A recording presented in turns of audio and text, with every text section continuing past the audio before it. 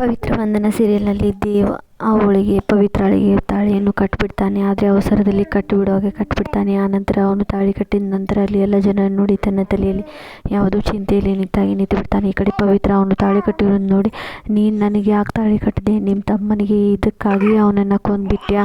ನಿನಗೆ ನನ್ನ ಮೇಲೆ ಮದುವೆ ಆಗಬೇಕು ಅಂತ ಆಸೆ ಇತ್ತಾ? ಅದಕ್ಕೆ ನನ್ನ ಸೀನಿಯರ್ನ ನೀನು ಕೊಂದುಬಿಟ್ಟೆ ಅಂತ ಪವಿತ್ರ ಅವನನ್ನು ಹೊಡೆದಾಡ್ತಿರ್ತಾಳೆ.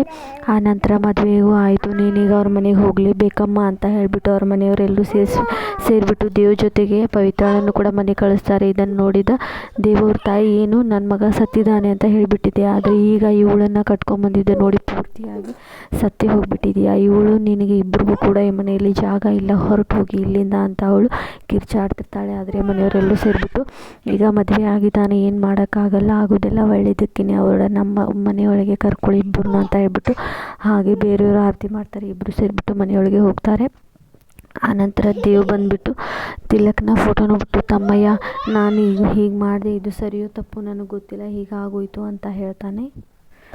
ನೀನು ಹೇಳಿದ್ದನ್ನು ನಾನು ಈ ರೀತಿಯಾಗಿ ಮಾಡ್ತಾಯಿದ್ದೀನಿ, ಇದರಲ್ಲಿ ಏನಾದರೂ ತಪ್ಪಿದರೆ ತಮ್ಮಯ್ಯ ನನ್ನನ್ನು ಕ್ಷಮಿಸ್ಬಿಡು ತಮ್ಮಯ್ಯ ಅಂತ ದೇವ್ ಅಳ್ತಾ ತಿಲಕ್ ಮುಂದೆ ಅಳ್ತಾ ನಿಂತ್ಕೊಳ್ತಾನೆ. ಈ ಕಡೆ ಪವಿತ್ರ ಕೂಡ, ಸೀನಿಯರ್ ನಿನ್ನ ಜೊತೆಗೆ ಈ ಮನೆ ಒಳಗಡೆ ಕಾಲಿಡಬೇಕಂತ ಅಂದ್ಕೊಂಡಿದ್ದೆ, ಆದರೆ ಇವನ ಜೊತೆಗೆ ಕಾಲಿಡೋ ಪರಿಸ್ಥಿತಿ ಬಂದಿದೆ, ನಂದು ಏನಾದರೂ ತಪ್ಪಿದರೆ ಕ್ಷಮಿಸ್ಬಿಡು ಸೀನಿಯರ್ ಅಂತ ಪವಿತ್ರ ಕೂಡ ಕೇಳ್ಕೊತಿರ್ತಾಳೆ. ಎಷ್ಟಾಗುತ್ತೆ ಇವತ್ತಿನ ಎಪಿಸೋಡ್ನಲ್ಲಿ.